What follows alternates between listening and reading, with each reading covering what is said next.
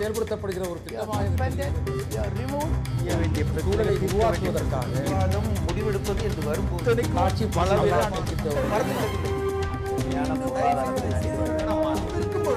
எதிர்த்து பேசிட்டு வணக்கம். நேர்பட பேசு நிகழ்ச்சிக்கு உங்களை அன்போடு வரவேற்கிறோம். சட்டமன்ற தேர்தலுக்கான மேகங்கள் சூழ்ந்திருக்கின்றன. அணி சேர்க்கைக்கான முயற்சிகள், கவன ஈர்ப்புக்கான முயற்சிகள் தொடங்கி இருக்கின்றன. தேமுதிக தலைவர் விஜயகாந்த், கருணாநிதி உள்ளிட்ட எதிர்க்கட்சியின் தலைவர்களை சந்தித்து டெல்லிக்கு சென்றார். பின்னர் இப்போது புதிய தமிழகம் கட்சியின் தலைவர் கிருஷ்ணசாமி பல்வேறு கட்சி தலைவர்களை சந்தித்து வருகிறார். தேமுதிக மற்றும் பாமக தங்கள் அணியில் இருக்குமோ இருக்காதோ என்கிற அச்சத்தில் பாஜக இப்போது தமாகவுக்கு அழைப்பு விடுகிறது. திமுக அதிமுக இல்லாத ஒரு அணியை உருவாக்குவதற்கு ஜி.கே. வாசன் உடன் நிற்க வேண்டும், துணை நிற்க வேண்டும் என்று டாக்டர் தமிழிசை சவுந்தரராஜன் பேசுகிறார். இந்த பேச்சுகள் ஒருபுறம் இருக்க, விடுதலை சிறுத்தைகள் கட்சியின் தலைவர் தொல் திருமாவளவன் ஒரு முக்கியமான கருத்தை இன்றைக்கு விவாத பொருளாக தந்திருக்கிறார். பெரிய கட்சிகள், குறிப்பாக அதிமுக திமுக என்ற கட்சிகளுடைய தனி கட்சி ஆட்சிதான் தமிழ்நாட்டில் நடந்து வருகிறது. தனி கட்சி ஆட்சியினால் விளிம்பு நிலையில் இருக்கக்கூடிய சாதாரண மக்களின் கைகளுக்கு அதிகாரம் செல்லவில்லை. அவர்களுக்கு கையில் அதிகாரம் வர வேண்டுமென்றால் கூட்டணி ஆட்சி தேவை என்ற ஒரு கருத்தை முன்னிறுத்தி அந்த கூட்டணி ஆட்சிக்கு ஒப்புக்கொள்ள வேண்டும் என்ற கருத்தை கூட்டணி சேருவதற்கு முன்பே ஒவ்வொரு கட்சி தலைவரும் வலியுறுத்த வேண்டும் என்ற கருத்தை முன்வைத்து தேமுதிக, கம்யூனிஸ்ட், தமாக, காங்கிரஸ், புதிய தமிழகம், முஸ்லிம் அமைப்புகள் உள்ளிட்ட தலைவர்களெல்லாம் சந்திக்கப் போவதாக திருமாவளவன் அறிவித்திருக்கிறார். இந்த முயற்சி என்பது கூட்டணி ஆட்சி ஒன்று தேவை, அதுதான் அடித்தட்டு மக்களுக்கான அதிகாரத்தை பகிர்ந்தளிக்கும் என்ற அவருடைய கருத்து இந்த காலத்தில் சாத்தியமானதா அல்லது காலத்தின் தேவையா? விவாதிக்கலாம். நம்மோடு விடுதலை சிறுத்தைகள் கட்சியின் திரு ஆலூர் ஷானவாஸ், திமுகவின் முன்னாள் சட்டமன்ற உறுப்பினர் திரு அப்பாவு, மார்க்சிஸ்ட் கம்யூனிஸ்ட் கட்சியின் திரு பாக்கியம், பத்திரிகையாளர் விமர்சகர் திரு ஸ்ருதி சாகர் யாமுனன். வணக்கம். ஷானவாஸ், திருமாவளவன் அவர்கள் இப்ப சொல்ற இந்த கருத்து அப்படின்ற ஒன்று, கூட்டணி ஆட்சிதான் இந்த நிலைமையை மாற்றும் அப்படின்ற ஒரு கருத்து இருக்கு. இது தேர்தலில் தங்களுடைய இருப்பை உறுதி செய்வது சொல்வதற்காக அல்லது கவனத்தை ஈர்ப்பதற்காக பேசக்கூடிய பேச்சா? இல்லை, இதில் எந்த கவன ஈர்ப்பும் இல்லை. அடித்தட்டு மக்களுக்கும் அதிகாரம் சென்றடைய வேண்டும் என்கிற ஒரு ஜனநாயக பார்வையிலிருந்து வைக்கப்படுகிற ஒரு முழக்கம் இது. இது புதுசும் அல்ல. இன்றைக்கு ஆட்சியில் இருக்கிற, மத்தியில் பெரும்பான்மை பலத்தோடு ஆட்சியில் இருக்கிற பாஜக கூட தேசிய ஜனநாயக கூட்டணி என்று ஒரு கூட்டணியை அமைத்து அனைத்து கட்சிகளையும், அதாவது அவர்களோடு உடன்படுகிற கட்சிகளை எல்லாம் சேர்த்து கொண்டு ஒரு கூட்டணி ஆட்சியை தந்து இன்றைக்கு ஒரு பெரும்பான்மை ஆட்சிக்கு வந்திருக்கிறார்கள். அவர்களும் கூட்டணி ஆட்சி நடத்தி. கூட்டணிகள் புதிதல்ல, ஆனால் கூட்டணி ஆட்சி என்கிற ஒரு முழக்கம் தமிழ்நாட்டுக்கு புதிது.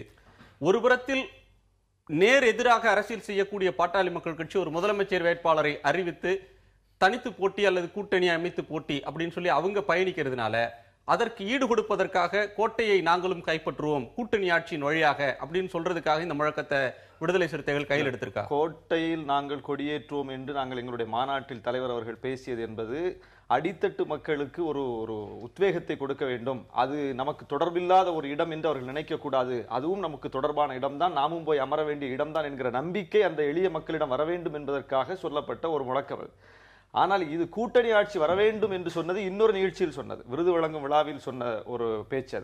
அது என்ன சொன்னார் என்றால், மிக தெளிவாக அந்த பேச்சிலேயே அவர் சொன்னார், இன்றைக்கு பெரிய கட்சிகள் ஆட்சி செய்யும் போது, பெரும்பான்மை பலத்தோடு ஆட்சி செய்யும் போது மற்றவர்களின் குரலுக்கு மதிப்பளிக்காத ஒரு சூழலை பார்க்கிறோம். இன்றைக்கு மத்தியிலே மோடி அரசை பார்க்கிறோம், மாநிலத்திலே அதிமுக அரசை பார்க்கிறோம். அவர்களோடு தோழமையாக இருக்கக்கூடியவர்கள் சொல்லுகிற கருத்துக்கு கூட அவர்கள் ஒரு மதிப்பளிக்காத, தான் நினைத்ததை ஒரு எதேச்சதிகார சிந்தனையோடு தான் என்னவெல்லாம் நினைக்கிறோமோ அதையெல்லாம் செய்யலாம், யார் நம்மை கேள்வி கேட்பார் என்கிற ஒரு மனோநிலையிலிருந்து ஆட்சி நடத்தக்கூடிய ஒரு பாங்கை பார்க்கிறோம். இது ஒழிக்கப்பட வேண்டும். சரி, இதை ஒழிக்கணும் அப்படின்னு சொல்றதுக்கு உங்கள்கிட்ட இருக்கக்கூடிய வாக்கு வங்கி, உங்க பலத்தை வைத்துக்கொண்டு அதிமுக திமுக இல்லாத ஒரு அணி, பாஜக பாமக இல்லாத அணி அப்படின்னு இந்த 4 கட்சிகளையும் விலக்கி விட்டு நீங்க அணி அமைக்க போறீங்களா? அல்லது ஒரு இந்த மற்ற தலைவர்கள் எல்லாம் சந்திச்சு தேமுதிக, கம்யூனிஸ்ட், தமாக, காங்கிரஸ் இவங்களெல்லாம் பேசி இவர்கள் எல்லாம் ஒரு கூட்டணியாக சேர்ந்து கொண்டு இந்த திமுக அதிமுகவோட நிபந்தனை பேரம் பேசணும்னு சொல்றீங்களா? திமுக அதிமுகவை தவிர்த்து விட்டு தமிழ்நாட்டில் அரசியல் செய்ய வேண்டும் என்பது எல்லோருடைய கனவாக இருந்தாலும் நடைமுறை சாத்தியம் என்பது இன்றைக்கு அப்படி இல்லை. திமுக அதிமுக மிகப்பெரிய வாக்கு வலிமை உள்ள கட்சிகளாக இருக்கிறது. ஆனால் இன்றைக்கு அவர்களுக்கே பல சிக்கல்களும் நெருக்கடிகளும் இருக்கும்போது இந்த வாய்ப்பை பயன்படுத்தி இதுவரைக்கும் அதிகாரத்தை சுவைக்காத கட்சிகள், அதிகாரத்தை நிரப்ப வாய்ப்பில்லாத கட்சிகள் ஒரு கூட்டணியாக சேர்ந்து ஒரு கூட்டணி ஆட்சிக்கான ஒரு தேர்தலுக்கு முன்னாடி அவங்களை நிர்பந்திக்கணும். கூட்டு சேர்றோம், அதுக்கு நீங்க ஒப்புக்கொள்ளணும், இந்த நிபந்தனை ஒப்புக்கொள்ளணும், நீங்க நிர்பந்திக்க போறீங்க. தனியாக போய் பேசுவதில் என்னதுன்னா அவங்க அந்த தங்களுக்கு இருக்கிற வலிமையிலிருந்து இந்த எளிய கட்சிகளை பார்க்கக்கூடிய, வளரும் கட்சிகளை பார்க்கக்கூடிய ஒரு சூழலை பார்க்கிறோம். கூட்டணிக்குள்ள கூட்டணி சொல்றீங்க, தனித்தனியா போனா வந்து இத்தனை சீட்டோட போயிடுங்கன்னு சொல்றாங்கன்றதுனால கூட்டணிக்குள்ள ஒரு உள் கூட்டணி போடணும் சொல்றீங்க. அதிகாரத்தை நுகர்வதற்கான வாய்ப்பற்றவர்கள் இணைந்து போய், வளரும் கட்சிகள் எளிய கட்சிகள் இணைந்து போய் ஒரு வலிமையோடு பேசும்போது அந்த குரலுக்கு அவர்கள் மதிப்பளிச்சு தான் ஆகணும். அப்ப நீங்க சொல்ற கட்சிகள்ல எளிய தனியாக பேசும்போது புறக்கணிப்பது போல சேர்ந்து பேசும்போது தேமுதிகவை எளிய கட்சின்னு சொல்லுவீங்களா? எளிய கட்சி நீங்க சொல்றத, எளிய மக்களோட கட்சின்னு சொல்றத அவர் ஏற்றுக்கொள்வாரா? அல்லது ஜி.கே. வாசனுடைய கட்சியை எளிய கட்சின்னு சொல்றத அவங்க ஏற்றுக்கொள்வாங்களா? காங்கிரஸ் எளிய கட்சின்னு சொல்ல ஏற்றுக்கொள்வாங்களா? இவங்க எல்லாம் ஒருங்கிணைச்சு அதிகாரத்தை கைப்பற்றுறது மட்டும்தான் அவங்க நோக்கமா? இல்ல இப்போ எளிய கட்சிகள்னா இன்னைக்கு வந்து நாங்க தாழ்த்தப்பட்ட மக்களை பிரதிநிதித்துவப்படுத்துற கட்சிகள், சிறுபான்மை மக்களை பிரதிநிதித்துவப்படுத்துகிற கட்சிகள், பிற்படுத்தப்பட்ட மக்களை பிரதிநிதித்துவப்படுத்துகிற கட்சிகள்லாம் இருக்கிறது. வளரும் கட்சிகள்னு சொன்னதுல நீங்க வேணா வாசன் கட்சி, விஜயகாந்த் கட்சி எல்லாம் நீங்க சொல்லலாம். அப்ப எல்லோரும் சேர்ந்துதான் இப்படிப்பட்ட ஒரு வலிமை வாய்ந்த கட்சிகளை ஃபேஸ் பண்ணணும்னா இவர்கள் சேர்ந்து போய் பேசும்போது அதற்கான குரல் எடுபடும். தனியா பேசும்போது மதிப்பளிக்காத சூழலை பார்க்கிறோம். கூட்டணியில இருக்கும் போதே பேச்சுவார்த்தை எப்படி நடத்துறாங்கன்னு பார்க்கணும். பெரிய கட்சிகள் ஒரு பொருட்டாகவே சிறிய கட்சிகளை, இரண்டாம் தர கட்சிகளை, ஒவ்வொரு கட்சியும் தனித்தனியே நிபந்தனை விதிக்கணும் அப்படின்னு சொல்றீங்களா? இந்த கட்சி எல்லாம் சேர்ந்து ஒரு கூட்டமைப்பு மாதிரி, ஒரு பல சங்கங்கள் சேர்ந்து கூட்டமைப்பு வைத்துக் கொண்டு அரசாங்கத்திட்ட ஒரு சம்பள உயர்வு பேச்சுவார்த்தை நடத்துறது மாதிரி நீங்க இந்த கட்சிகள்லாம் சேர்ந்து கூட்டணிக்குள்ள ஒரு உள்கூட்டணி வைத்துக் கொண்டு பேசணும்னு சொல்றீங்களா? கூட்டணிக்குள்ள உள்கூட்டணி இல்ல. முதல்ல நாம பேச்சுவார்த்தை நடத்துவதற்கு முன், ஒரு கூட்டணியில் இடம்பெறுவதற்கு முன் நமக்குள் ஒரு ஒத்த கருத்தில் நாம் வந்து இணைந்து சேர்ந்து ஒரு குரலை எழுப்புவோம். சரி, இதுதான் அந்த பேச்சினுடைய நோக்கம். நீங்க அப்படி சொல்றீங்க. ஆனால் அதிமுக திமுகன்றது ஒரு எதிரெதிர் துருவமாக அரசியல் நடத்தி கொண்டிருக்கிறாங்க. இந்த ஆட்சியை அகற்றணும் அப்படின்றது திமுகவோட நோக்கமா இருக்கு. மீண்டும் ஆட்சிக்கு வரணும்ன்றது, தங்கள் ஆட்சி வரணும்ன்றது அதிமுகவோட நோக்கமா இருக்கு. நீங்க இந்த இரண்டு பேரிடமும் போய் பேசுவோம், ஒத்த கருத்தோடு இந்த இரண்டு பேர்ட்டையும் போய் நம்ம பேச்சுவார்த்தை நடத்தலாம்னு சொல்றது சந்தர்ப்பம் இல்லையா? இரண்டு பேருடன் பேசணும் நம்ம சொல்ல வரல. எந்த கூட்டணியில் இப்ப இந்த ஒத்த கருத்துள்ள கட்சிகள் இணைவதற்கான வாய்ப்பு இருக்கிறதோ அந்த தலைமையிடம் பேச போறோம், அவ்வளவுதான். இப்ப ரெண்டு தரப்புல ஒரே நேரத்தில் பேச்சுவார்த்தை நடத்த முடியாது. இப்ப இருக்கிற கட்சிகள் எந்த பக்கம் தேர்வு செய்யக்கூடிய வாய்ப்பு அதிகம், சூழல் அதிகம் பார்த்துட்டு அந்த கட்சிகள், ஒத்த கருத்துல இருக்கிற கட்சிகள் சேர்ந்து பேச போறாங்க. எங்களோட அப்படி யார் வர போறாங்களோ அவங்களோட சேர்ந்து நாங்களும் பேச போறோம். அப்படிதான் பேச முடியும். ஒரே நேரத்துல ரெண்டு சவாரி செய்ய முடியாது. சரி, கூட்டணி ஆட்சி தான் தமிழ்நாட்டுக்கு நல்லதா, அல்லது கூட்டணி ஆட்சியில நிர்வாகம் முடங்கிடும், அதிகார மையங்கள் பல உருவாகிடும், மன்மோகன் சிங்கோடைய ஆட்சி மாதிரி ஆயிடும் அப்படின்னு சொல்ற விமர்சனமும் இன்னொன்று இருக்கு. அதை நம்ம பிறகு விரிவாக விவாதிக்கலாம். விடுதலை சிறுத்தைகள் முன்னெடுக்கக்கூடிய இந்த ஒரு முயற்சியை, எளிய மக்கள் கையில் அதிகாரம் வரணும்னா நிபந்தனை விதிக்கணும், கூட்டணி அரசுக்கு பெரிய கட்சிகளை சம்மதிக்க வைக்கணும், தேர்தலுக்கு முன்னாடியே சம்மதிக்க வைக்கணும், அந்த முயற்சியை மார்க்சிஸ்ட் கம்யூனிஸ்ட் கட்சி எப்படி பார்க்குது?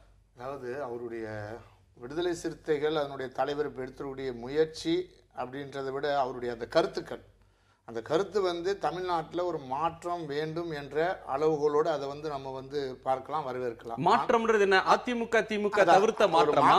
மாற்றம் வரணும்ன்ற கான்செப்டோட பார்க்கலாம் என்பது ஒண்ணு. பல மாற்றங்களை சொல்றாங்க.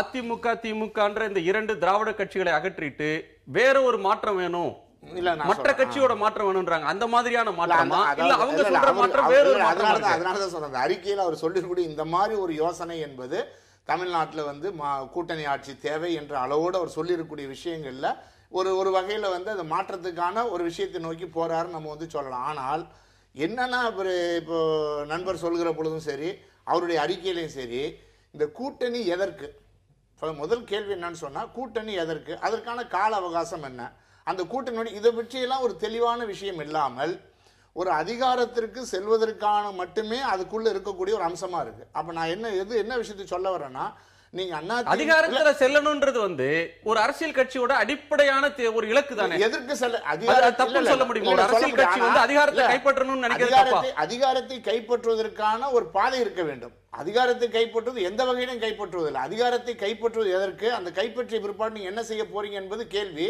அது இப்ப என்ன வாக்குறுதி கொடுக்கிறாலும் இதோட இணைந்த ஒரு விஷயம். வெறும் அதிகாரத்தை கைப்பற்றுவதற்கு எந்த வழியும் கடைபிடிக்கலாம் என்பது அரசியல் கட்சியினுடைய கொள்கை இருக்க முடியாது. அப்போ என்னுடைய கேள்வி என்னன்னு சொன்னா, ஒரு கூட்டணி ஒரு எல்லாமே ஒரு கால அவகாசத்துல 2016 எல்லாத்தையும் மாற்ற வேண்டும் அப்படின்ற விஷயத்தோட வைத்து கூட்டணி என்பது சாத்தியம் இல்லை. ஒரு கூட்டணி என்பது ஒரு திட்டத்தின் அடிப்படையில் சேரணும். நாங்கள் இப்படி தமிழ்நாட்டு மக்களுக்கு அதிமுக திமுக இல்லாத அல்லது அதிமுக திமுகவோட சேர்ந்து ஒரு நிர்பந்தம் கொடுப்பதற்காக கூட்டணி என்பது அதிகாரத்தை கைப்பற்றுவது, அதிகாரத்துக்கு போவது. அதிகாரம்னா முழு அதிகாரம் இல்லை, அதுல ஒரு ஷேர் என்ற விஷயம் தான் உள்ளடக்கி இருக்கு. அந்த விஷயத்துக்கு கடந்து தான் நான் சொல்றேன். அப்படி இல்லை, ஒரு கூட்டணி அரசியல் என்பது நாட்டுக்கு தேவை அப்படின்னு வருகிற பொழுது அது ஒரு திட்டத்தின் அடிப்படையில் உருவாக்கப்பட வேண்டும். மக்களிடம் இந்த ரெண்டு கட்சிகளிடம் அதிருப்தி இருக்கிறது என்று சொன்னால் அதற்கான வாய்ப்பும் நம்பிக்கையும் மக்கள் உருவாவதற்கு ஒரு திட்டத்தின் அடிப்படையில் போனாதான் மக்கள் ஏற்றுக்கொள்வார்கள். அதுவும் உடனடியாக அதிகாரத்தை பிடிக்கிறதுக்கு நீங்க வந்து முழுமையான அதிகாரத்துக்கு செல்லல, மாறாக அதிகாரத்தின் ஒரு சிறு பகுதியை கையகப்படுத்திக்கிறதுக்கு சமரசம் செய்ய முற்படுறீங்க அப்படின்ற ஒரு பார்வையை பாக்கியம் முன்வைக்கிறார். இல்ல இன்னொரு விஷயத்தையும் சேர்த்து சொல்றேன். என்னுடைய கேள்வி என்னன்னா, 2016 மட்டும் இலக்காக வைத்து ஒரு குறுகிய காலத்துல ஒரு கூட்டணி உருவாகி ஒரு மாற்றத்தை ஏற்படுத்தும் என்பதெல்லாம் சாத்தியம் இல்லை. ஏன்னா கடந்த கால நிகழ்வுகள் அந்த மாதிரி இருக்கு. அதையும் சேர்த்து நம்ம பார்க்கணும். அதாவது இதுவரையிலும் அதிமுகவோடும் திமுகவோடும் தான் மாறி மாறி எல்லா கட்சிகளும் கூட்டணி வைத்திருக்கிறோம். அதிகாரத்தை சுவைக்க முடியாவிட்டாலும் நேரடியாக நுகர முடியாவிட்டாலும் சட்டமன்ற உறுப்பினர்களாக ஆகியிருக்கிறோம், நாடாளுமன்ற உறுப்பினர்களாக ஆகியிருக்கிறோம். எந்த நிபந்தனையின் அடிப்படையில் அந்த கூட்டணியை வைத்தோம், எந்த கொள்கையின் அடிப்படையில் அந்த கூட்டணியை வைத்தோம்?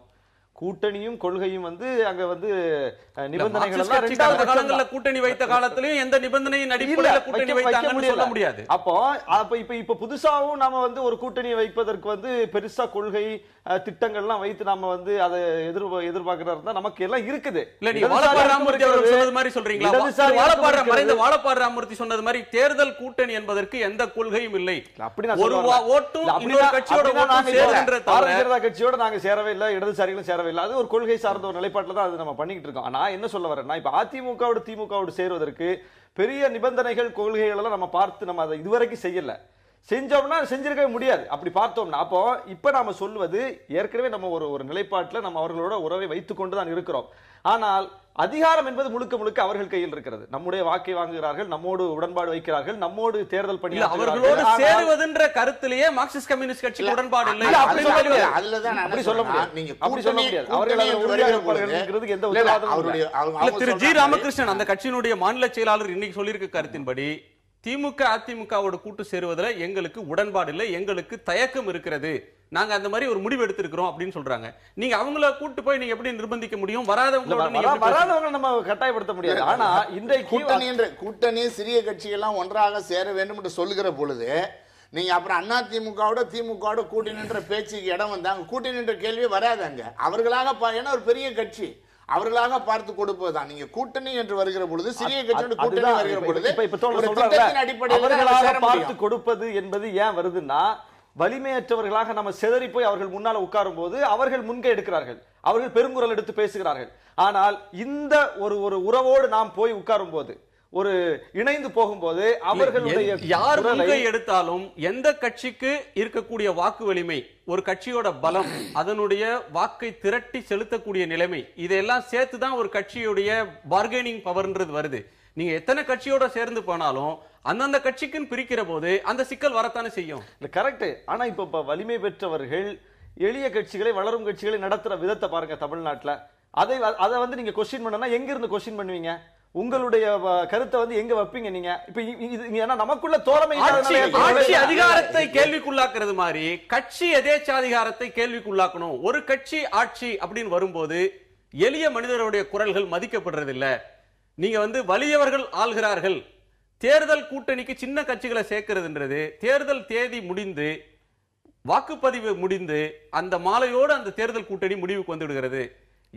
ஆட்சி அதிகாரத்தை கைப்பற்றப்ப ஆட்சி என்பது ஒரு கட்சியின் ஆட்சியா மாறி போகுது. கூட்டணி பண்ண முடியல.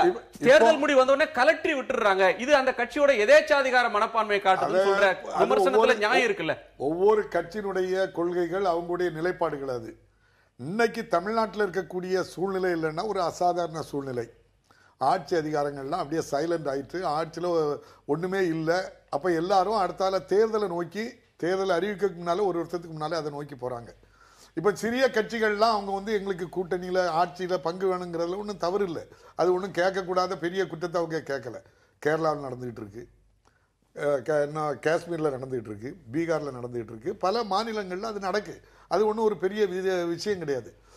இப்ப இவங்க சொல்லக்கூடிய ஏன் தமிழ்நாட்டுல பெரிய விஷயம் ஆகுதுன்னா, கடந்த தேர்தலில் 2006 திமுக ஆட்சிக்கு வரும்போது மெஜாரிட்டி பெரும்பான்மை இல்லாத நிலையிலும் கூட ஆட்சி அதிகாரத்தை நீங்க யாரோடும் பகிர்ந்து கொள்ள முன்வரல.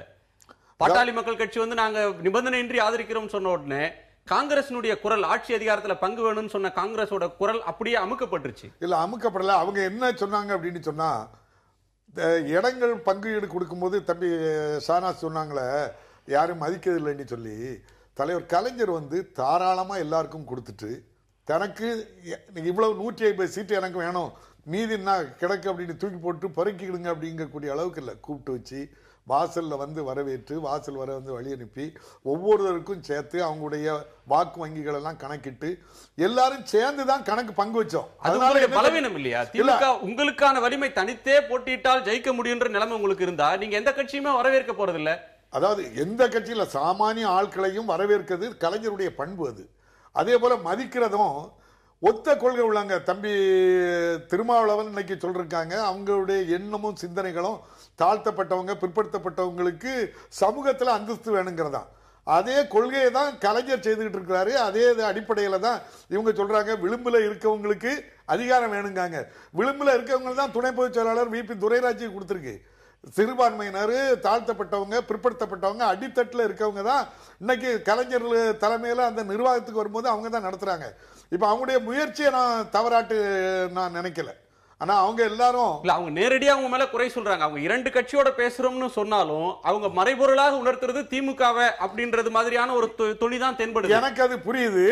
இப்ப இருக்கக்கூடிய சூழ்நிலையில அவங்க நினைச்சா பார்லிமெண்ட் தேர்தலுக்கு முன்னால நம்முடைய மரியாதைக்குரிய யெச்சூரி அவர்கள் தலைமையில ஒரு முயற்சி பண்ணாங்க. அவங்க பிஜேபி காங்கிரஸுக்கு எதிராட்டு ஒரு அமைப்பை உருவாக்கணும்னு சொல்லி இங்க ஜெயலலிதா அவர்களை அழைச்சாங்க. அங்க மம்தா பானர்ஜி, பட்நாயக்கு, நம்முடைய தேவகவுடா, அப்புறம் அவர் முலாயம் சிங் யாதவ் எல்லாருமே சேர்ந்தாங்க. லல்லு எல்லாருமே சேர்ந்து உருவாக்குனாங்க. அதை கடுமையா முயற்சி பண்ணாங்க. எனக்கு அந்த முயற்சிக்கு நான் கம்யூனிஸ்ட் தோழர்கள்லாம் நான் பாராட்டு தெரிவிக்கிறேன். அவங்க வேணும்னு நான் நினைப்பேன். கம்யூனிஸ்டுகள் வந்து கொள்கை அடிப்படையில், சித்தாந்த அடிப்படையில் அதை உருவாக்க முயற்சி பண்ணாங்க. ஆனால் அது நடைமுறைக்கு எப்படி வந்துங்கிறது நம்ம பார்லிமெண்ட் தேர்தல் நீங்க பாத்தீங்க. அதே நிலை தான் தமிழ்நாட்டில் இருக்கக்கூடிய சூழல் நீங்க பார்க்கணும். இன்னைக்கு வந்து 50% ஏடிஎம்கே அப்படின்னு சொன்னா 39% வாக்கு வச்சிருக்கக்கூடிய திமுக. அப்போ ஆல்டர்னேட்டிவ் ஆட்டு ஆட்டோமேட்டிக் ஆட்டு இன்னைக்கு ஒரு இந்த ஆட்சியில இவ்வளவு என்னெல்லாம் நடந்து போச்சு, லஞ்சம், ஊழல், தினம் தற்கொலை, அவ்வளவு பெரிய அழுத்தங்கள்ல இங்க ஒண்ணுமே நடக்கல. ஒரே கொள்கை, ஊழலுக்காக எல்லாம் ஏற்பாடு பண்றாங்க. பணம் வேணுங்கிறத மட்டும்தான் கொள்கையா வச்சு இப்ப பண்றாங்கிறத எல்லா தரப்புலயும் இருக்கு.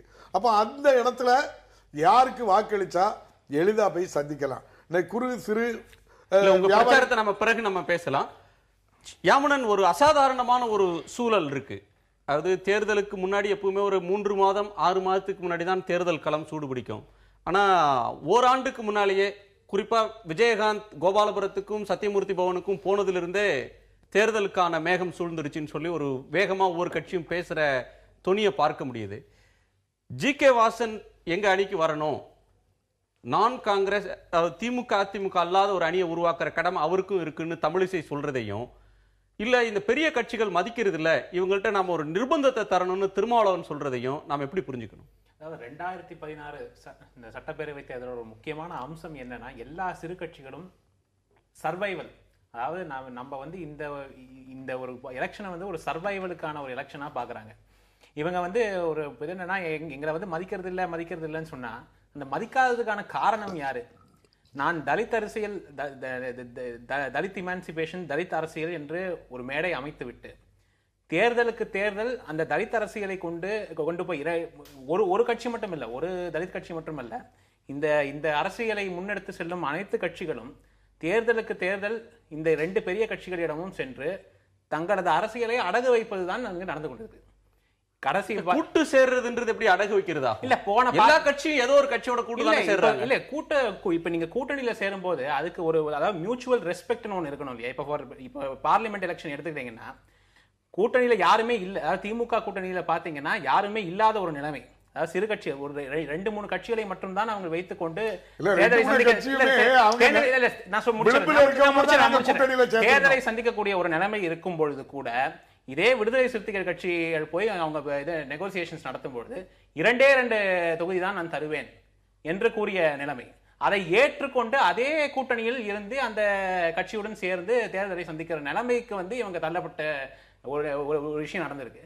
இப்ப இவங்க என்ன இந்த நிலைமைக்கு போன பிறகு இந்த ஒன்லி வே ஃபார் சர்வைவல் அவங்களுக்கு எப்படி அப்படின்னா இவங்களை விட்டு வெளியில ஒரு தனக்கு ஒரு பலம் சேர்க்கிற மாதிரி 4 பேரை கூட்டுக்கலாமோ அப்படிங்கிற ஒரு நிலைமை. நாடாளுமன்ற தேர்தல்ல தொகுதி பங்கீட்டின் போது ஏற்பட்ட கசப்பு உணர்ச்சியின் காரணமா இப்ப முன்னெச்சரிக்கையா விடுதலை முன்னெச்சரிக்கை, அதாவது இப்ப அவங்க 2 தொகுதி தான் போன பாராளுமன்றத்துல நாங்க கொடுத்திருக்கோம் அப்படின்னு சொன்னா அடுத்த சட்டமன்ற தேர்தலில் என்ன கொடுப்பாங்க அப்படிங்கிற ஒரு பயம் ஒண்ணு வருது இல்லையா? அந்த மாதிரி இருக்கிற நிலைமை நம்ம நெகோசியேட்டிங் பவர்.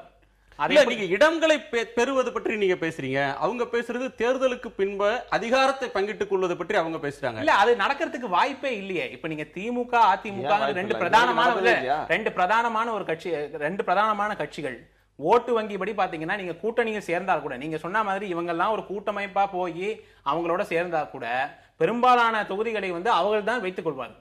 இவங்களுக்கு கொடுக்கறதுல இவங்களுக்கு என்ன ஓட் ஷேர் இருக்கோ இவங்க பிரித்து கொள்ற நிலைமை தான் வருமே தவிர அவங்க ஒரு சப்ஸ்டான்ஷியல் போர்ஷன் எங்களை விட நீங்க ஜாஸ்தி இடங்கள்ல நில்லுங்க அப்படிங்கிற ஒரு நிலைமை வரப்போவதே கிடையாது. அப்படி இருக்கும்போது கடைசி நேரத்துல ஒன்னு திமுகவோட இருந்தாகணும் இல்ல அதிமுகவோட இருந்தாகணும்ங்கிற நிலைமைக்கு தான் தள்ளப்படுவார்களே தவிர இதுல இருந்து ஒரு சொல்யூஷன் ஒண்ணு வரும் அப்படிங்கிறது. ஆனா இது ஒரு நல்ல கான்செப்ட். அவர் என்ன சொல்ல வர்றாருன்னா எங்களுக்கு இந்த ஒன் பார்ட்டி மெஜாரிட்டிங்கிறது எது கான்செப்ட், அதாவது ஒரு கட்சி ஆட்சி அப்படின்ற ஒன்றை முடிவுக்கு கொண்டு வரணும் அப்படின்ற ஒன்றுக்கு மாறாக கூட்டணி ஆட்சி வேணும்னு சொன்னா நாங்கள் முடிவு செய்து நாங்க கூட்டு சேர்ந்து கூட்டணி ஆட்சியை கொண்டு வருவோம்னு நீங்க ஒரு அணி அமைக்கிறது ஒரு நல்ல கான்செப்ட். நாங்க ஒரு தேர்தலுக்கு முன்னாடி ஒரு கூட்டணி அமைச்சு ஒரு பெரிய கட்சியோட போய் நெகோசியேட் பண்ணுவோம் அப்படின்றது எப்படி ஒரு நல்ல அவர் எந்த அடிப்படையில சொல்றாருன்னா ஆக்சஸ் டு பவர் முதல் ஸ்டெப்ன்றாரு. அதாவது உங்களை முதல் அடி நீங்க வைக்கிறது அந்த பவருக்கு ஆக்சஸ் இருந்தா தான் நீங்க உங்களுடைய பொலிட்டிக்கல் ஸ்ட்ரக்சரை டெவலப் பண்ண முடியுங்கிற கான்செப்ட்ல தான் அவர் இருக்காரு. ஒரு கட்சியும் அதிகாரத்தை பெற வேண்டும், அதிகாரத்தை சுவைக்க வேண்டும், அந்த அதிகாரம் மக்களுக்கு பயன்படணும் கருத்தை சொல்றாங்க. நான் என்ன இதுல கேட்கிறேன்னா கூட்டணி அரசு வேண்டும் அதுதான் எங்களுடைய இலக்கு அப்படின்னா அதற்கு ஒப்புக்கொள்ளக்கூடிய கட்சிகள் மட்டுமே கூட்டு சேர்றது, அது அவங்க மட்டும் ஒரு பொது திட்டத்துல வேலை செய்யறது அப்படின்ற ஒன்றுக்கு அவங்க வரலாமே. இல்ல, அதுதான் சொல்றேன், யதார்த்தத்தை அவங்க புரிஞ்சிட்டு இருக்காங்க. அதாவது அவரோட மாடல்ல நீங்க பாத்தீங்கன்னா அவர் ஒரு ராடிக்கலா அவர் யோசிக்கல. அவர் ஒரு யதார்த்தத்தை புரிஞ்சிட்டு இருக்காரு. திமுக அதிமுக இல்லாம இந்த மாநிலத்துல அரசியல் செய்வது, எலெக்ஷனை ஃபேஸ் பண்றதுங்கிறது ஒரு முடியாத காரியம். அந்த யதார்த்தத்தை புரிந்துக்கல. அவங்க சொல்ல ஐடியாலஜிக்கலா பேசலாம் சார், ஐடியாலஜிக்கலா பேசலாம். ஆனா எலக்டோரலி இவங்க தனியா நின்று ஒரு தொகுதி வின் பண்ண முடியும். அவங்களே அதை செஞ்சது இல்லையா? இல்ல, ஒரு சிங்கிள் தொகுதி வின் பண்ண முடியும் சொல்றவங்க இதுவரைக்கும் அதை செஞ்சது இல்ல. மார்க்சிஸ்ட் கட்சி கருத்து நான் என்ன சொல்றேன்னா நீங்க அதிமுக திமுகவை பற்றி இதே திருமாவளவன் விடுதலை சிறுத்தைகள் கட்சி தலைவரும் மற்றும் இதுக்கு முன்னாடி இப்படி பேச முடியல. இன்னைக்கு நிலைமை என்பது ரொம்ப மோசமா போயிருக்கு. சொன்ன மாதிரி சார் சொன்ன மாதிரி சர்வைவல் சொல்றாரு. என்னுடைய கேள்வி என்னன்னா இந்த கூட்டணி அமைத்து ஏன் பேச்சுவார்த்தைக்கு போகணும், மக்களிடம் ஏன் செல்லக்கூடாது? ஒரு விஷயம் அப்படி செல்ல வேண்டும் என்று சொன்னால் நீங்கள் ஒரு பொது திட்டத்தை 2 கட்சி மோசம் நம்மளை வளர விட மாட்டான்னு வந்த பொழுது அது நீங்க ஒரு மாநாடு போட்டு இந்த 2 கட்சியோட கூட்டு சேர்றது இல்லன்னு ஒரு தீர்மானம் போட்டதுனால உங்க கருத்தை சிபிஐ கேட்கலாம். இல்ல விடுதலை சிறுத்தைகளும் ஏன் கேட்கணும்னு நினைக்கிறீங்க? திமுகவோட பேரம் பேசுவதற்கோ அதிமுக பேரம் பேசுவதற்கோ ஒரு கூட்டணி என்பது அது கூட்டணி அரசியலாகாது. அது நான் என்னுடைய கேள்வி நான் சொன்னா கூட்டணி என்பது 2 கட்சிகளும் மாறி மாறி ஆட்சி செய்கிறார்கள். ஒரு மாற்று திட்டத்தின் அடிப்படையில் தான் கூட்டணி அரசியல் கூட்டணி உருவாக முடியும். அந்த கூட்டணி உருவாகி அது மக்களிடம் சென்றால் இந்த தேர்தலில் வெற்றி பெறவில்லை என்றாலும் அடுத்த தேர்தல் நோக்கி செல்வதற்கு உதவி செய்யும். அந்த நம்பிக்கை இல்லாத பொழுது நீங்க மக்களை தான் அந்த கொள்கைக்கு எதிராக மாற்றணுமே தவிர அவங்களுக்குள்ள அந்த அதிகாரத்துக்குள்ள ஒரு அதிகாரத்தை பங்கு போடுவதற்கான ஒரு கூட்டணியாக மாறுகிற பொழுது எந்த மாற்றமும் இருக்காது. தேர்தல் அடிப்படையில நம்ம விகிதாச்சார கொள்கையில விகிதாச்சார அடிப்படையில அது வேற. கேள்விக்கு பதில் சொல்லுங்க. தோழர் ஏற்கனவே பேசும்போது அந்த அடகு வைக்கிறது பத்தி சொன்னார். நம்ம வந்து ஒரு தாழ்த்தப்பட்ட மக்களை அணி திரட்டிட்டு போய் திரும்ப திமுகட்டே அதிமுகட்டே 10 சீட்டுகளுக்காக 2 சீட்டுகளாக அடகு வைக்கிறதுங்கிறது அது கொஞ்சம் பெரிய வார்த்தை. அடகு வைப்பது என்பது இல்லைங்க, அதிகார பரவல் தான் அதுவும் கூட.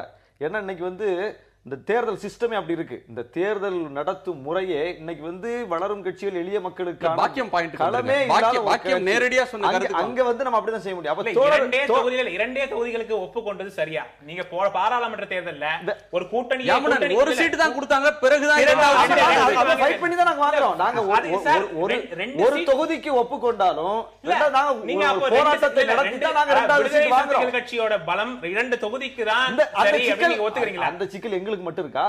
இந்த சிஸ்டத்துல இருக்கிற அனைத்து வளரும் கட்சிகளுக்கும் அந்த சிக்கல் தான் இருக்கு. இல்ல ஒரு சீட்டுக்கு சிறுபான்மை கட்சிகள் உங்களை மோசமாக நடத்துகிறது கட்சிகளும் ஒரு சீட்டு 2 சீட்டு தான் கையெழுத்து போடுறாங்க. ஏன்னா அப்படி அவங்க விரும்பி செய்யல. தலித் மக்களை பிரதிநிதித்துவப்படுத்துகிற கட்சிகள் எப்படி இதை விரும்பி செய்யலையோ அப்படிதான் சிறுபான்மை பாக்கியம் எழுப்பின ஒரு கேள்வி. நீங்க அந்த 2 கட்சியும் அகற்றிட்டு மற்றொரு கூட்டணி ஆட்சிக்கு முயற்சி பண்றதுதான் கூட்டணி அரசியல் பொருத்தம். இவங்கள்ட்ட போய் பேசுறதுக்கு ஒரு கூட்டணி அமைக்கிறது முறையில்லைன்னு சொல்றாரு. அதுக்கு என்ன என்பதெல்லாம் எங்க வாதம். தோழர் சொல்றதுல நாங்க முழுக்க உடன்படுறோம். ஏன்னா இதை வந்து தோழர் சொல்றதை விட நாங்க 10-15 ஆண்டு காலமா இந்த தேர்தல் களத்துக்கு வந்த நாள்ல இருந்தே நாங்க சொல்லிட்டு இருக்கோம், இடதுசாரிகள் அதை முன்னெடுக்க வேண்டும். இந்த மாதிரியான காங்கிரஸ் பாஜகவுக்கு மாற்றாக தமிழ்நாட்டில் திமுக அதிமுகவுக்கு மாற்றான இது போன்ற ஒரு கொள்கை சார்ந்த ஒரு அணியை கட்டுவதற்கு இடதுசாரிகள் முன்னெடுக்க வேண்டும். நாங்க ரொம்ப காலமா கோரிக்கை விட்டுருக்கோம். ஆனா இவ்வளவு நாள் இடதுசாரிகள் அந்த கோரிக்கையை பரிசீலிக்கவே இல்லையா?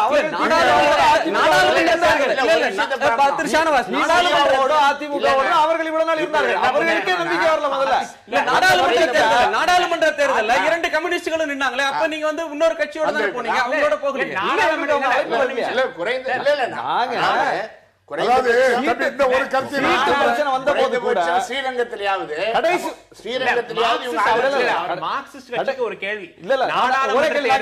கடைசி நேரத்துல அதிமுக உங்களை கயட்டி விடாம இருந்திருந்தா நீங்க வந்து இந்த பேச்சுகள் இப்ப பேசுவீங்களா? இல்ல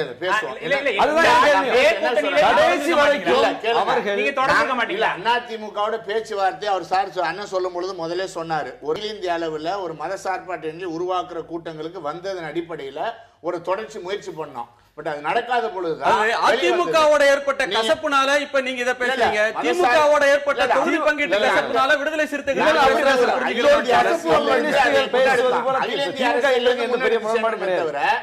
அதிமுகவையும் சேர்த்துதான் அவர் சொன்ன மாதிரி எல்லாரும் தான் வந்தாங்க. தம்பிதுரையும் தான் அங்க வந்தாரு. அந்த அகில இந்திய அரசியல இதே அதிமுகவோட சப்போர்ட் தானே நீங்க ராஜ்யசபா தேர்தல்ல உங்க வேட்பாளர்கள் எடுத்துக்கொள்றீங்க. இதே திமுகவோட சப்போர்ட்டையும் எடுத்துக்கொள்றீங்க. உங்களுக்கு வேண்டிய போதெல்லாம் அவங்களோட சப்போர்ட்டை எடுத்துக்கிட்டு திடீர்னு வந்து இல்ல அவங்க வந்து ஊழல், அவங்களோட அங்க சேர மாட்டோம், அவங்க உங்களை கழட்டி விட்ட பரம் இந்த ஸ்டாண்ட் எடுக்கிறதுல என்ன நியாயம்? அப்ப நீங்க அவங்க கழட்டி விட்டு ஒரு பேச்சுவார்த்தையில அவங்க நாங்க கேட்ட எங்களுடைய தகுதிக்கேற்ற எண்ணிக்கையை கொடுக்கவில்லை, நாங்கள் உடன்படவில்லை. அப்ப இது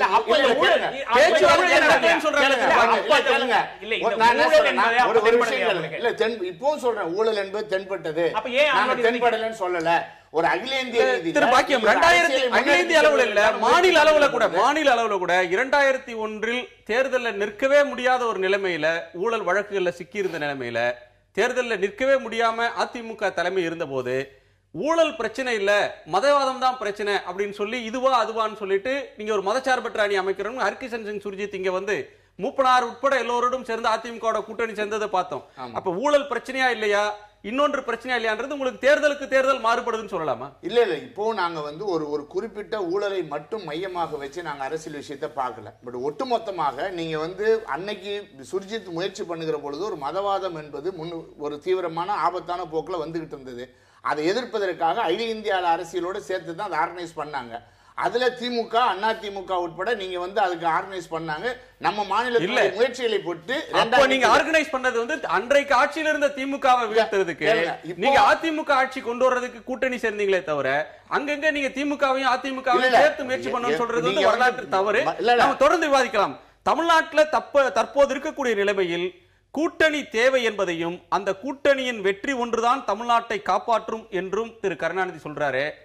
கூட்டணியின் வெற்றி காப்பாற்றும் சொல்லக்கூடியவர் கூட்டணி ஆட்சியின் வெற்றி அப்படின்ற வார்த்தையை சொல்ல முன்வராம அதை கவனமா தவிர்க்கிறதுக்கு பின்னாடி இருக்கிற அரசியல் என்னன்றதை ஒரு இடைவேளைக்கு பிறகு பேசலாம். திரு அப்பாவு, கூட்டணி ஆட்சி தமிழ்நாட்டுக்கு புதிதல்ல, புதிது. ஆனா மற்ற ஊர்களுக்கு புதிதல்ல. அண்டை மாநிலமான கேரளால கம்யூனிஸ்ட் கட்சிகள் எந்த கட்சிக்கு வந்தாலும், கம்யூனிஸ்ட் ஆட்சி வந்தாலும் அல்லது காங்கிரஸ் கூட்டணி வந்தாலும் கூட்டணி ஆட்சி தான். கர்நாடகத்தால இதே மாதிரியான ஒரு நிலைமை தான், கூட்டணி ஆட்சி தான் தொடர்ந்து வரக்கூடிய ஒரு நிலைமை இருக்கு. இப்போ என்ன ஒரு முக்கியமான கேள்வி வருதுன்னு சொன்னா, தமிழ்நாட்டில் இப்ப இருக்கிற நிலைமையில கூட்டணி தேவைன்றதையும் அந்த கூட்டணியின் வெற்றி தான் தமிழ்நாட்டை காப்பாற்றும் அப்படின்னு விஜயகாந்த் சந்தித்த பிறகு திரு கருணாநிதி அவர்கள் சொன்னார். கூட்டணி தான் காப்பாற்றும் சொல்றாங்களே தவிர கூட்டணி ஆட்சி காப்பாற்றும் அப்படின்ற ஒரு வார்த்தைக்கு எக்ஸ்டெண்ட் பண்றதுக்கு ஏன் தயங்குறாங்க? இல்லை, எந்த தயக்கமும் இல்லை. அதில் எந்த விதமான புரிதலும் நீங்கள் தவறுதலான புரிதல் தான் பண்ணுறாங்க. இப்போ இன்னைக்கு உள்ள சூழ்நிலையில் இந்த ஆட்சியை மனசாட்சி உள்ள எந்த ஒரு அரசியல் இயக்கமும் ஏற்றுக்கொள்ளாது. அப்போ அப்படி இருக்கும்போது இந்த ஆட்சியை வீட்டுக்கு அனுப்பணும் அப்படின்னு சொன்னால் முதல்ல கூட்டணி சேரணும். உட்கார்ந்து பேசும்போது எதை வேணாலும் பேசிக்கலாம். முதல்ல உட்கார்ந்து கூட்டணி பேசி ஒத்த கருத்துக்கு வரணும். பாக்கியம் சொன்னாங்க, இவங்க விடுதலை சிறுத்தைகள் ஒரு நோக்கத்தை சொல்லியிருக்காங்கன்னா, எதுக்காக உங்களுக்கு ஆட்சி அதிகாரம் வேணும்னு கேட்குங்க, ஒரு கருத்தை உருவாக்குங்க அப்படின்னு சொல்றாங்க. அப்போ அதைத்தான் தலைவர் கலைஞர் சொல்றாரு, இந்த ஆட்சியினுடைய அவலத்தை போக்குறதுக்காக எல்லாருமா நம்ம கூட்டணி சேருவோம் அப்படின்னு சொல்றாங்க. அப்போ அந்த கூட்டணி சேரும்போது என்ன பேசணுமோ அந்த மேடையில் நம்ம பேசிடலாம். நம்ம ஹிண்டு நம்ம பத்திரிகையிலிருந்து வந்திருக்க நண்பர் சொன்னார், 2 சீட்டு தான் கொடுத்தாங்க பார்லிமெண்ட்டுக்கு அப்படின்னு சொல்றாங்க. 2 சீட்டு 3 சீட்டு 5 சீட்டுங்கிறதுல பிரச்சனை. உட்கார்ந்து பேசும்போது என்ன கேட்பாங்கன்னா, பார்லிமெண்ட்டுக்கு உங்களுக்கு கேண்டிடேட் யார் இருக்கான்னு கேட்பாங்க.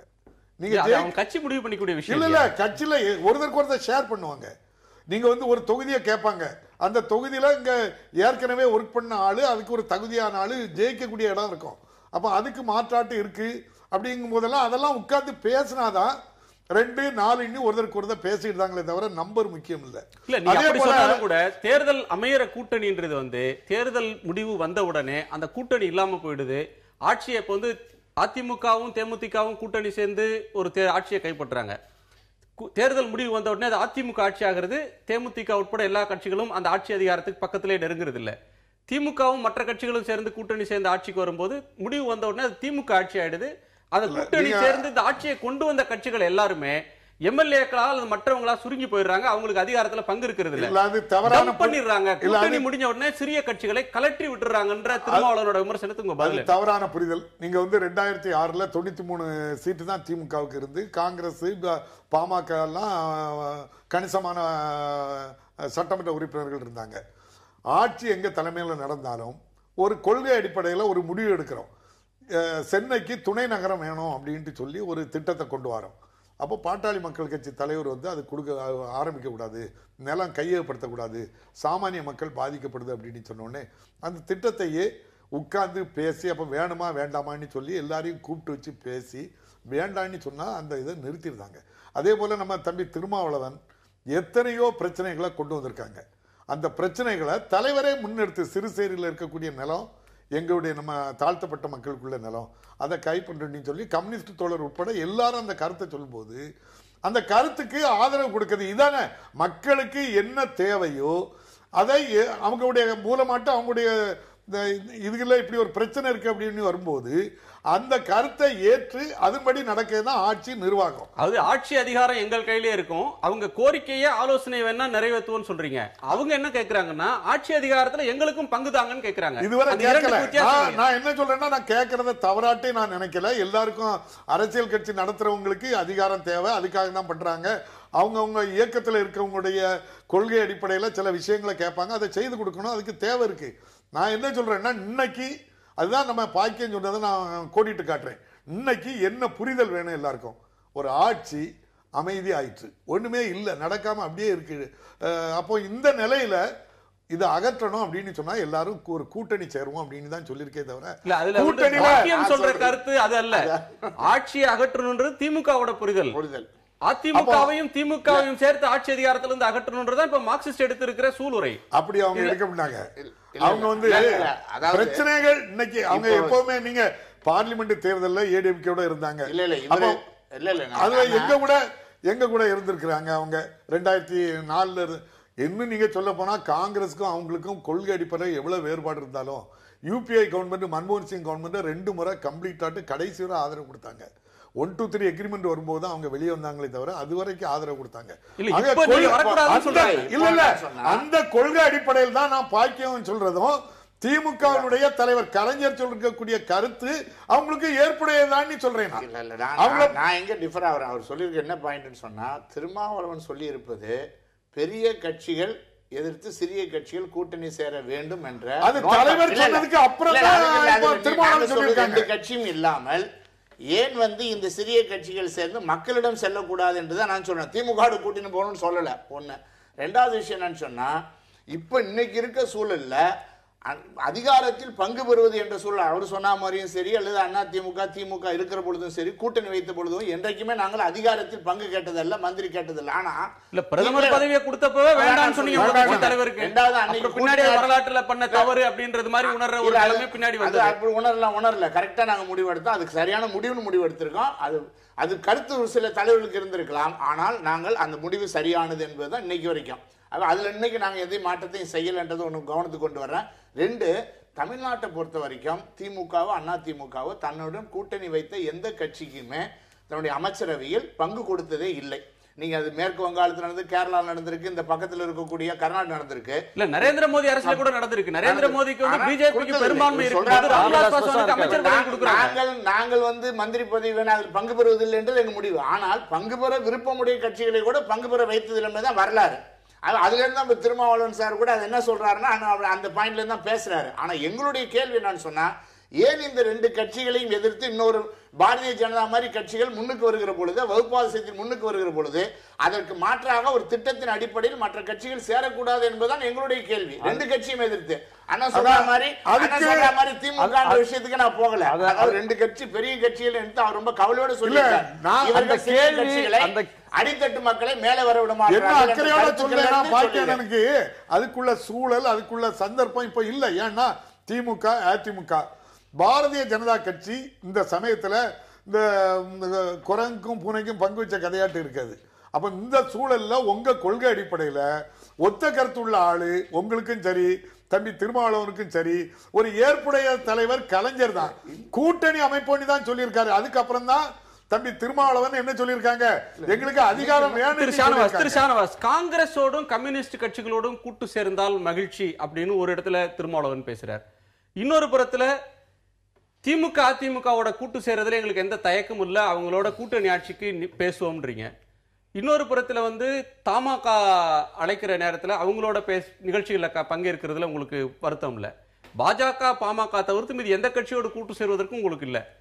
ஒரு புறத்துல திமுக அதிமுகவை எதிர்க்கக்கூடிய கம்யூனிஸ்ட் கட்சிகளோடு உறவு வந்தா மகிழ்ச்சின்னு சொல்றதும், இன்னொரு புறத்துல இவங்க எல்லாரோடையும் பேசிட்டு நாங்க போய் நிபந்தனை போடுவோம் அப்படின்னு சொல்றதும் முரண்பாடாகவும் வேடிக்கையாகவும் இல்லையா? அதாவது இது எல்லாமே தேர்தலை மட்டுமே மையப்படுத்தி நாங்கள் பேசுகிறோம்னு நீங்க புரிஞ்சுக்கிட்டதுனால வர்ற கேள்வி. எல்லா கதவும் திறந்தே இருக்கிறது.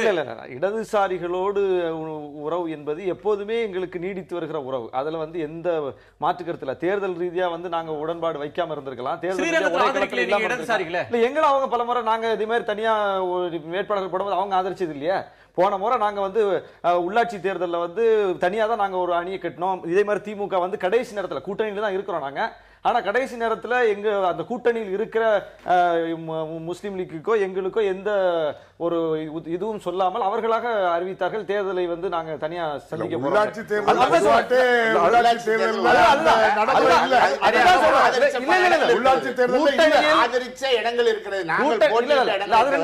நான் சொல்றேன், அப்போ கூட்டணியில் இருக்கும் போதே அவர்கள் அவர்கள் வேட்பாளர்கள் அறிவிக்கிறார்கள், தனியா போட்டிடுவோம் சொல்றாங்க.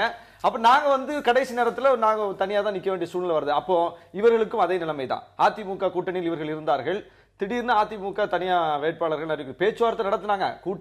அப்போதும் கூட்டணிக்காக பேச்சுவார்த்தை நடத்தினார்கள். அதிமுக அதை ஒப்புக்கொள்ளவில்லை. திடீர்னு தனியா வெளியே வர வேண்டிய சூழ்நிலை வந்துச்சு. அப்ப இவர்கள் என்ன முடிவு எடுத்தார்கள்? விடுதலை சிறுத்தைகள் நம்மளோட கொள்கை ரீதியாக உடன்பாடான இயக்கம், அதனால நாம 2 பேரும் தேர்தலை சந்திக்கலாம்னு அந்த தலைமை முடிவெடுத்ததா இல்ல. அவங்க அன்னைக்கு கோயம்பேட்டுக்கு விஜயகாந்த் ஆபீஸ்க்கு தான் போனாங்க. அப்போ இதுதான் பிரச்சனை. அப்போ எங்களை நோக்கி வரக்கூடிய கேள்வியை ஏன் இடதுசாரிகள் இவ்வளவு நாளும் செய்யலன்னு கேட்கிறேன். திமுக அதிமுக மாற்றுனா மாற்றாக ஒரு அணியை கட்டணும்னா அதை ஏன் இதுவரை நீங்க செய்யலன்னு கேக்குறேன். நீங்க செஞ்சா நாங்க உங்க பின்னாடி வர்றோம். நீங்க செஞ்சது இல்லையா? அதாவது அப்படி செய்யும் போது அதனுடைய ரிசல்ட் என்னன்னு நீங்க பார்க்கணும். யதார்த்தத்தோடு செய்ய வேண்டியிருக்கு, அதை பார்க்க வேண்டியிருக்கு. யதார்த்தமோ அப்படி இல்லை. நான் சொன்னா ரிசல்ட் என்பது ரிசல்ட்டை வைத்து நீங்கள் வந்து கொள்கை முடிவெடுக்க போறீங்களா? மக்களுடைய தேவை இன்னைக்கு பெரிய கட்சியா தேர்தல நிக்கிறது வெற்றி பெறதுக்கு தான், வெற்றி பெறுவது தான் நிக்கிறோம். அதுக்கான சாத்தியமான வியூகங்களை வகுக்க வேண்டும் என்பது ஒண்ணு. ஆனால் கொள்கை முடிவை தேர்தல் பாதையில போகாமலே கூட நீங்க கொள்கை முடிவை செயல்படுத்தலாம். அப்படி இல்லை. நீங்க தேர்தலுக்காக நீங்க எதை வேண்டுமானாலும் செய்யலாம் என்பது கிடையாது. என்னுடைய கேள்வி என்னன்னு சொன்னா, இப்பவும் அதிமுக திமுகவுடைய வாக்குனுடைய எண்ணிக்கை 80% 70% வரை குறைந்திருக்கிறது. இது குறைந்து கொண்டே வருகிறது என்ற விஷயத்தை கணக்கில் வைத்துக் கொண்டு அந்த ரெண்டு கட்சிகளுடைய நிலைமைகளும் மக்கள் புறக்கணிக்க ஆரம்பித்திருக்கிறார்கள் என்பதையும் கணக்கில் எடுத்துக்கணும். நீங்க அப்படி சொல்றப்ப பிஜேபியோட வாக்கு வங்கி வளர்கிறது அப்படின்னு சொல்றதையும் நீங்க கணக்கில் எடுத்துக்கணும். அதனாலதான் இந்த ரெண்டு அதிருப்தி அங்க போக கூடாது என்பதனாலதான் இந்த மாதிரி முயற்சிகள் மதசார்பற்ற கட்சிகள் இந்த விளிம்புநிலை மக்கள் இருக்கக்கூடிய பகுதியெல்லாம் ஒன்று திரட்ட வேண்டிய தேவை. தமிழ்நாட்டுல அப்படி ஒரு நிலைமை பிஜேபிக்கு மக்கள் திரண்டு போவாங்கன்னு இங்க சமூக நீதி உள்ள மாநிலம் இங்க இருந்து அவ்வளவு எளிதாட்டால் போக முடியாது. தமிழ்நாட்டில் ஒரு நிமிஷம் பாக்கியம், தமிழ்நாட்டுல கூட்டணி ஆட்சி அவசியம் அப்படின்னு சொல்லி திருமாவளவன் அவர்கள் சொல்லியிருக்கக்கூடிய கருத்து காலத்தின் தேவையா, பதவி ஆசையா, சாத்தியமற்ற ஒன்றா என்ற கேள்வி நேயர்கள் முன்னால் வைத்தோம். காலத்தின் தேவை என 34% நேயர்களும், பதவி ஆசை என 27% நேயர்களும், சாத்தியமற்றது என 39% நேயர்களும் கருத்து தெரிவித்திருக்கிறார்கள். அந்த நேயர்களுக்கு நன்றி. இதுல திரு ஸ்ருதி, இதுல 2 அம்சங்கள் பேசப்பட வேண்டியதா இருக்கு. அதிமுக தலைமை ஜெயலலிதா அவர்கள் மீதான அந்த வழக்கு திமுக பலவீனமாக இருக்கிறது அப்படின்ற ஒரு அம்சம். இந்த இரண்டின் அடிப்படையில் தான் மற்ற கட்சிகளுடைய பை டிஃபால்ட் ஏடிஎம்கே இல்லைன்னா டிஎம்கே, டிஎம்கே இல்லைன்னா ஏடிஎம்கே அப்படின்றதுல இருந்து அரசியலை நகர்த்தணுன்ற முயற்சியை பார்க்கிறோம். ஒரு புறத்தில் நிபந்தனை விதிக்கணும், அவங்களோட சேர்றதுனா கூட நிபந்தனை விதிக்கணும்னு விடுதலை சிறுத்தைகள் சொல்றாங்க. எங்க தலைமையில யார் ஏத்துக்கிறாங்களோ அவங்களோட கூட்டணி நாங்க மாற்று அப்படின்னு சொல்லி பாமக சொல்லுது. கம்யூனிஸ்ட் கட்சிகள் இவங்க 2 பேரும் வேண்டாம், வேறொரு மாற்றை நம்ம சொல்லுவோம்னு சொல்றாங்க. எங்க தலைமையிலான மாற்றுக்கு நீங்க வாங்கன்னு பாரதிய ஜனதா கட்சி தமாகாவை கூப்பிடுது. இதுல விஜயகாந்த் என்ன நிலை எடுக்க போறாருன்னு தெரியல. விஜயகாந்த் பாஜக அணியில் இருக்கிறார், தமாக அணியில் இருக்கிறார், திமுக கணக்கில் இருக்கிறார், கம்யூனிஸ்ட் கணக்கில் இருக்கிறார், விடுதலை சிறுத்தைகள் பேசுறதுல இருக்கிறார். இப்ப இந்த மாதிரியான ஒரு சூழல்ல எது மாற்றாக இருக்கும்? இந்த கூட்டணி ஆட்சி அவசியம்ன்ற கருத்து எந்த அளவுக்கு சாத்தியமான ஒன்றா முடியும்? இல்ல, இதுல ஒரு பெரிய பயம் என்னன்னா, இப்ப பாஜக நாங்கள் திமுக அதிமுகவோட இணைய போவதில்லைன்னு சொல்லிட்டாங்க. மார்க்சிஸ்ட் கம்யூனிஸ்ட் கட்சியும் இந்திய கம்யூனிஸ்ட் கட்சியும் நாங்களும் அதிமுக திமுகவோட இணைய போவதில்லை என்று இப்போ தற்போதைய நிலைமை. அப்படின்னா ஏற்கனவே 2 அணி உருவாகும் ஒரு சூழ்நிலை உங்களுக்கு, ஏன்னா இவங்க 2 பேரும் சேர முடியாது. 2 தனித்தனி அணி உருவாகிறதுக்கான வாய்ப்புகள் தற்சமயம் இருக்கிறது. பாமக அணி நீங்க இல்ல, பாமக இப்போதைக்கு அவங்க ஒன்னும் ஒரு அலையன்ஸ் பார்ட்னர் இல்லாத மாதிரி தான் தெரியுது. அவங்க தனிமைப்படுத்தப்பட்டிருக்கிறார்களோங்கிற மாதிரி தான் ஒரு இது நமக்கு வருது. இப்ப இந்த நிலைமையில கடைசியில என்ன ஆக போகுதுன்னா, திமுக அதிமுக அதிக வாக்கு வங்கி உள்ள 2 கட்சிகள் தான் ஒரு பிராக்சர்ட் பாலிடிக்ஸ்ல பிராக்சர்ட் பாலிட்டியில அதிக பெனிஃபிட்டை ரீப் பண்ண முடியும்.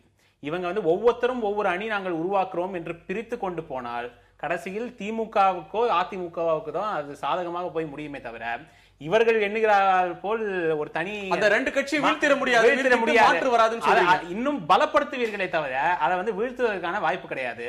விடுதலை சிறுத்தைகள் கட்சி தலைவர் திருமாவளவன் கூறுகிற மாதிரி இவங்க இந்த மாதிரி ஒரு ஸ்ட்ராட்டஜி வச்சுனாங்க. இப்ப இவர் சேர்க்கிற கட்சிகள்லாம் இருக்கு இல்லையா, ஒவ்வொருத்தருக்கும் முரண்பாடு உண்டு. இப்ப தேமுதிக இவங்க எல்லாம் கூட்டிட்டு போய் திமுக அதிமுக 2 பேர்ட்டையும் நாங்க போய் பேசுவோம்னா, தேமுதிக போய் அதிமுகவோட இனி பேசுவாங்களா? பேச மாட்டாங்க. தமாக எங்க போறாங்க? அவங்க அதிமுக பக்கம் சாயற மாதிரி இருக்குங்கிறத ஒரு பரவலான ஒரு வியூகம் எல்லாருக்கும் இருக்கு.